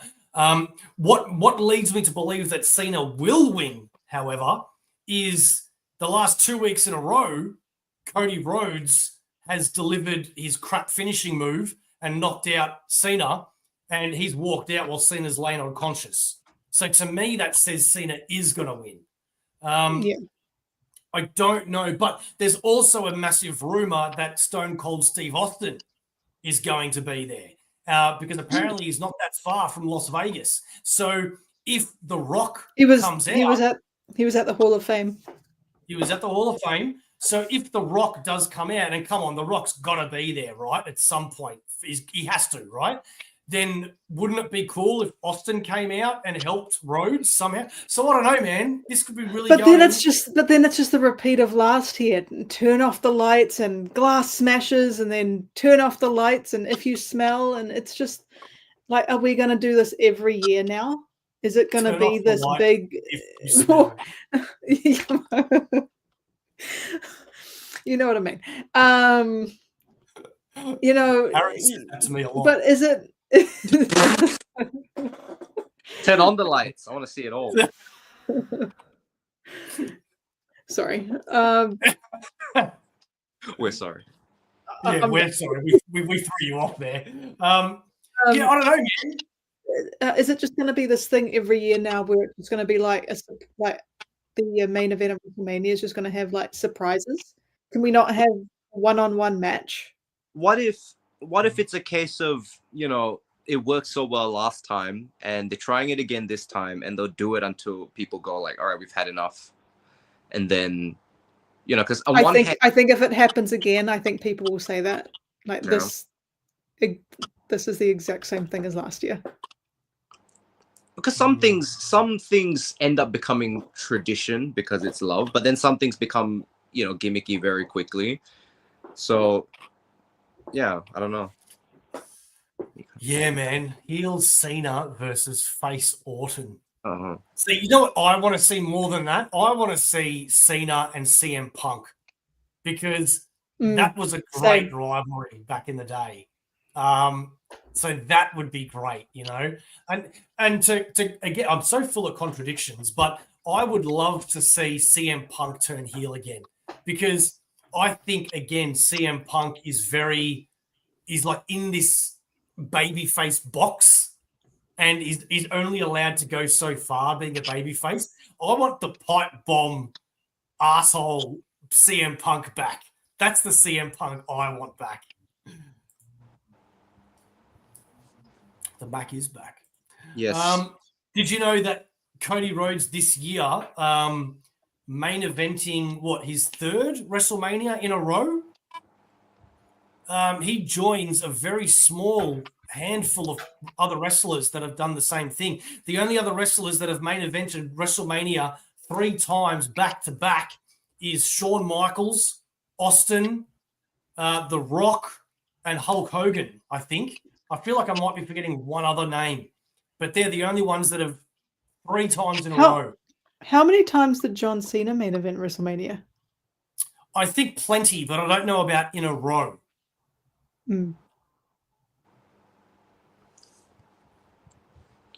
Interesting. Yeah. Okay, so sorry, going around the table, Aaron. Sorry, I know we've already answered it, but I've already forgotten. Aaron, who do you think's going to win, Cena or Cody Rhodes? I went into this really wanting and also thinking Cody Rhodes. You guys have kind of thrown a wrench into that. I really just, in the same way that I feel like Gunther is textbook unlikable, Cody Rhodes has just been painted as textbook likable, and like, so, you know, I think everybody wants him to win. Whether he will, I don't know, because now you've started to open up this can of worms of, you know, what's the next step, right? Because that's always something to be considered. I think the next step, no matter who wins, has to be Randy, right? Randy versus Cody. Can't wait for that. And then Randy versus Cena. Also, yeah. Can't wait for that. Yeah. I think, see, if Randy versus Cena, that feels like a good like avenging arc. But yeah, now everything that's been brought up now, I'm like, crap, if Cena wins, there's a lot more opportunity to play with after. But also, I'm like, Cody Rhodes is so hot right now, and I'm just like, I don't know, I just want to see him take it. The only thing that annoys me about Cody Rhodes is the fact that he refuses to ever turn heel. That was one of his problems in AEW. He refused. He said, I'm never turning heel, no matter what. And then apparently with the heel turn with Cena, it was actually meant to be Cody. And Cody again said no. Yeah. So Cena went, I will then. And he did it for the, you know. And I don't like people that give absolutes, you know. For a wrestler to turn around and be like, I'm always going to be a babyface, to me, that's a little egotistical. It's like, don't get me wrong, I get why you want to be a babyface. You want to be loved and all this sorts of stuff, but you've got to be a heel at some point, right? You know, it's only the very rare exceptions like Cena that stay a face for 20 years or so. I was really impressed with Cody on SmackDown when the crowd started booing him. And I really thought he was going to get rattled by it, sort of similar to, like, I got flashbacks to Charlotte Flair a few weeks ago. And I really thought he was going to get rattled.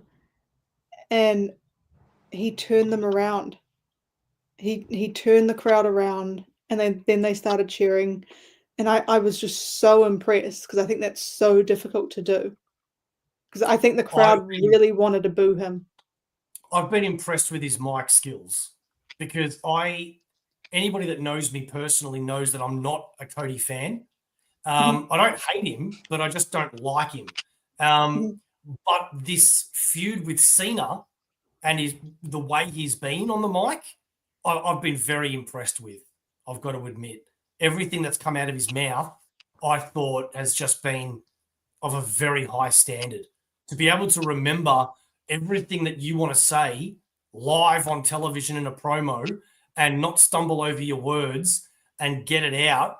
There's only so many people that can be so good on the mic, and it's a very small handful of people that are that good, like The Rock, like Cena. And Cody's done very, very well in the last few weeks on the mic. I've been very, very impressed. Well, that's what I mean by I feel like he's so textbook charming. Like, even though it's almost formulaic to a T, but it works. It's like putting MSG in a dish. It just works. MSG is a good thing, by the way. I'm an MSG advocate. Logan, after this year, I would have to agree and say yes. Do you guys think they should remove the main event of WrestleMania aspect of winning the Royal Rumble and just say the winner will get a title shot instead? Yeah, I mean, or else you can just say that winner of Elimination Chamber main events WrestleMania as well. Just, I don't know, label them both as the same thing. Because Cena won Elimination Chamber. Yeah. I was always of the belief that the women's world title, whether that be whatever world title that is, because there's two of them, I think the women should have always been one and the men be the other. But Triple H has gone out when he's been asked about that and said, I don't look at it like that. It's whatever has the most hype or is better for the story or however he justified it. And I get that, but I don't know, man. Like, I'm not saying it should be equal rights necessarily, but I just think, I don't know, it sort of should be one of each, in my opinion. I don't know. That's just my opinion. That promo with Charlotte was weird. She's a heel that was getting booed and she was thrown off by it. Yeah, exactly right, Logan. That's why I didn't understand why she was thrown off by it. Yeah, that was really weird. But it was really cringe to watch, but it sort of worked out because it was the only thing people wanted to talk about. I think it's I guess it sort of worked out in a way. I think Charlotte is smart enough because of how she's grown up to completely understand that being a heel, you're going to get booed, it's part of your job and blah, blah, blah. But I think deep down, she really just wants to be loved and being, so I think she just gets thrown off by being booed so much, you know what I mean? Even though she knows it's her job. Yeah. I think she's so good with her fans as well. Like she's got a real connection to like her real fans. She's got a real connection to them. I think she's really nice. But I don't know. Yeah, like I said, I've got a love-hate relationship with Charlotte. Well, that's the thing with heat, right? Like, not everybody can handle heat, even though it can ultimately be a good thing. Yeah. But it's funny, there are so many people that don't have a match at WrestleMania this year as well. So many names. Like the SmackDown Tag Team Champions? Like Pretty Dangerous. Is it pretty dangerous? Pretty deadly. Pretty deadly. Yeah. The Miz. I could do without seeing the Miz at WrestleMania, I've got to admit. I love the Miz. I've always loved the Miz. Chelsea Green's still the one for me. I feel like if someone should have a match, it's her. She could represent America as United States champion and wrestle in front of Donald Trump. What was the name of the clique again? I'm forgetting it, but every time I hear it. Who? Chelsea Green. Yeah, what was the question? What was the name of a clique again? Oh. The crew. I didn't Secret Service. Oh, isn't it? The Secret Hervis. Secret Hervis. I thought that was funny. She's so good. She is. She's incredible, Chelsea Green. You got to look back at some of her earlier work. Like before she was actually famous, and she was just like random girl in this skit in wrestling. She's done a lot over the years, and she deserves to be in main events, I think. I was just watching her interview today with she did an interview with Chris Van Vliet, and he was asking her, like, when she got released, did she see her way back? Like, did she envision returning to WWE? And she said, yeah, she always knew she was going to be a WWE wrestler, always knew she was going to return after being fired. And she used this quote from Kris Jenner, which I was like, oh, that's a bit weird. But she said that the quote was, and I loved it, it was, you just got to keep asking, because the word no doesn't exist. You just got to keep asking, keep pushing. And that's exactly what she's done, like, I think her whole career. Yeah. Yeah, because her last run was very, very different to the character that she is now. I remember they portrayed her as like the sexiest girl ever, and they had these. She was with some guy. I can't remember who it was. Robert Stone. Was that it? Robert Stone? The guy from NXT, yeah. Yeah, and she was like in the near the pool, and they were taking shots of her and all that, and yeah. Very, very different, which I'm glad that didn't work, because I think comedy Chelsea is the best Chelsea. Yeah, I agree. Yeah. You know what would make my night? If at any point throughout any time of any moment of WrestleMania Night 1 or Night 2, all of a sudden you just hear, say his name and he appears. I would love it if Joe Hendry did anything at WrestleMania, because I am all about Joe Hendry. I can't wait for him to join WWE one day. Yeah, that would be exciting. I legit thought they were building to a ladder of TLC match at WrestleMania with the SmackDown tag scene. So dumb that the Profits, PD, pretty deadly.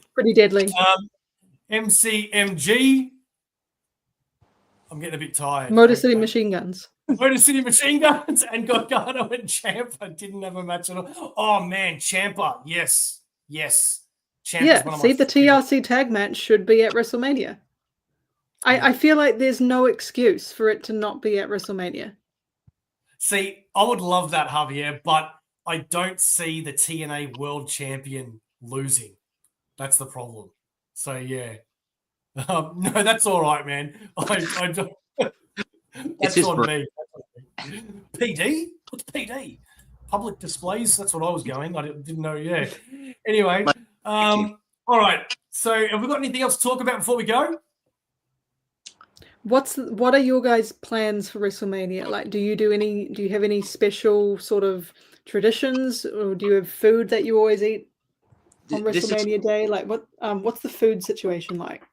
Every year. Sorry, Aaron, you first.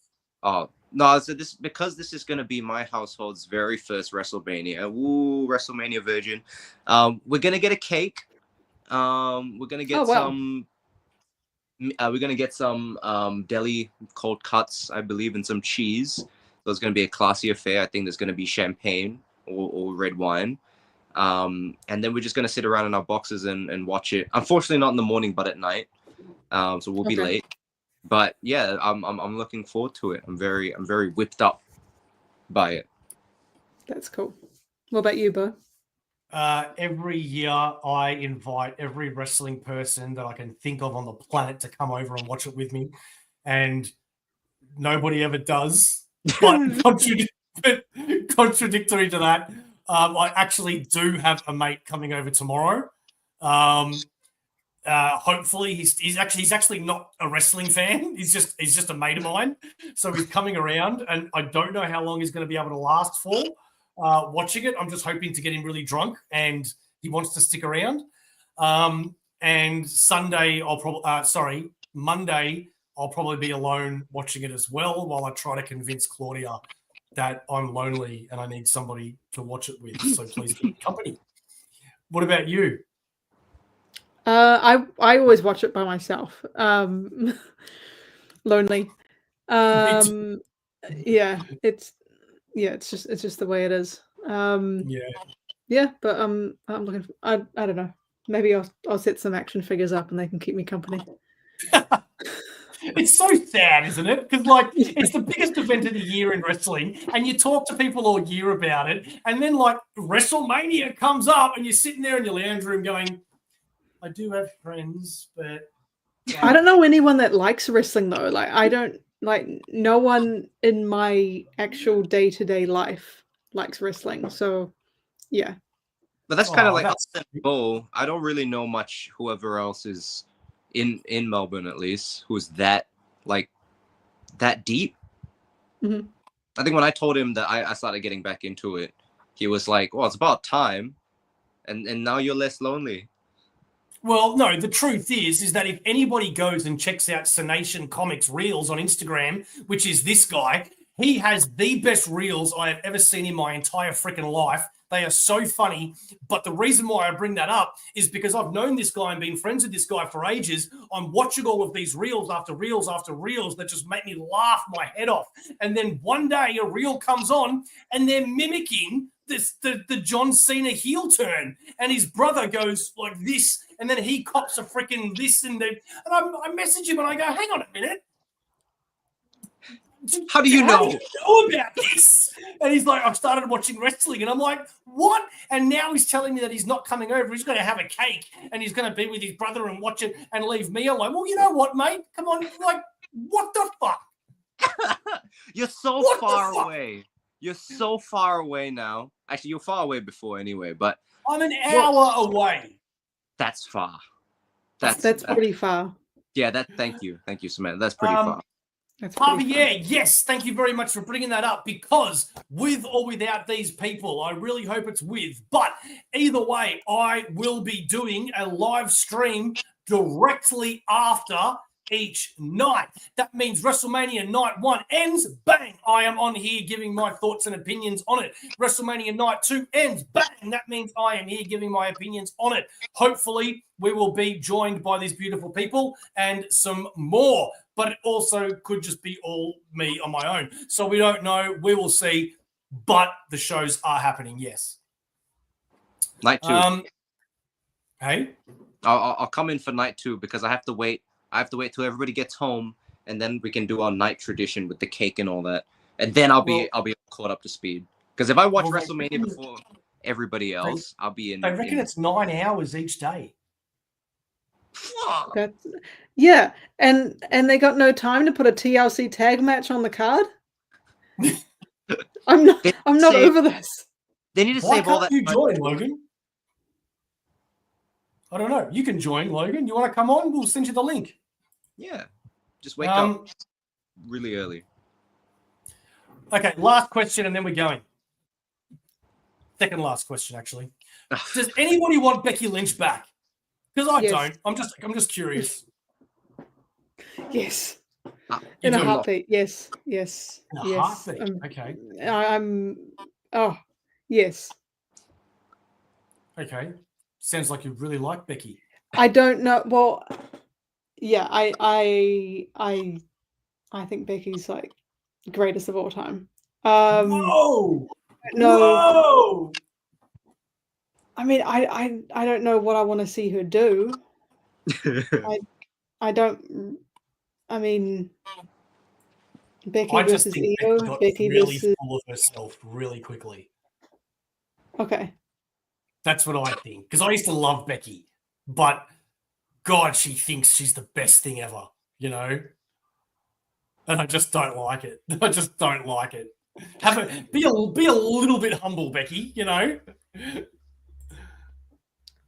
Oh, 1 a.m. your time. Okay, soon as the time to finish. Probably around 4. Well, if you're up, Logan, let us know and you can join. All right, fair enough. That was my second last question. My last question. I am really looking forward to the rumored debut of Mariah May. Yeah, I haven't really heard anything about it. Which I don't think would happen until like July. Fair enough. Really looking forward to that. I haven't seen enough of it. to have an opinion, to be honest, because I don't watch AEW. Okay. And I'm She looks realizing, Really pretty blonde that can wrestle. Yeah, no, I know what she looks like, but I just haven't seen her. Who wrestled in Japan. Yeah. I'm realizing the majority of this is basically me showing that you can get into wrestling really easily, but also spend most of the time kind of nodding and just going, yes, yes. Yeah, I think WrestleMania is like the best. Like, if you're not a big wrestling fan or if you haven't been watching, WrestleMania is just great because WWE does the best video packages to get people up to speed. Yeah, it's just an event. Like, I mean, even if you just watched a couple episodes, I know it's really last minute now, but it's done in a way that's you're really able to jump in, and for the most part, and you can always go back and watch, the last episode that you missed, or the second last, or the third last, and look, and this is not like a WWE paid promotion or anything, but I'm like, as somebody who jumped in really recently, it's very easy to latch on, even if it's like start picking up a comic at like issue 66 and you're like, oh, I feel like I'm up to speed. I know what's going on. It grabs you. It grabs you. Yeah. Batmantha? So surprisingly, she was only signed to a 2-year deal. So her contract comes up in a few months. I think it's up in about June or July. Yeah, because all I know is that she's had talks with WWE recently. Yeah, that's her dream. She was a former WWE shop influencer. Yeah, WWE is her dream. Well, I want Harley in WWE. That's what I want. Okay. I want that puppet. I would like to see that. You've got to look it up, Aaron. It's so good. Just send me links.